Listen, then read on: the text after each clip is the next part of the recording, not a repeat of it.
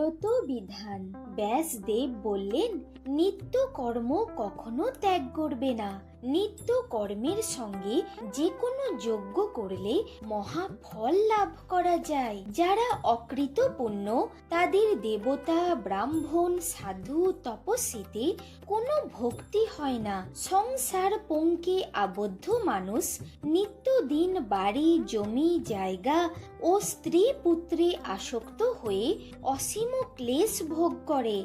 তাই তাদের ধর্ম কাজ করতে হয়, তাছাড়া সুখ মিলবে না।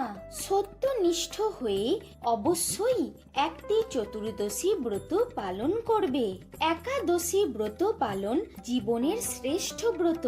একাদশীতে উপবাস বিধিও। জগতে একাদশী পালন করার তুল্য আর পুণ্য নেই। যাদের পুত্র পৌত্রাদি একাদশীর ব্রত চারণ করেন তাদের পূর্বপুরুষ উদ্ধার পায়। ছল পূর্বক বা কোনো কারণে কেউ যদি একাদশীর দিন উপবাস করে থাকে সেও বৈকুণ্ঠ প্রাপ্ত হয়। উপবাস পরায়ণ ব্যক্তি মিথ্যা কথা, দিবানিদ্রা, মৈথুন, তাম্বুল ভোজন ও বারবার জল পান ত্যাগ করবেন। সুধী ব্যক্তি রাত্রিতে শিবের পূজা করে কৃষ্ণ পূজা করবেন। যিনি উপবাস করে দ্বাদশীর দিন তুলসী যুক্ত নৈবেদ্য গ্রহণ করেন তার বহু জন্মের পাপ বিনষ্ট হয়। একাদশীতে গম, যব, কলাই, ধান, তিল ইত্যাদি দানা শস্য নিষিদ্ধ। দুগ্ধ ও দুগ্ধজাত দ্রব্য নিষিদ্ধ।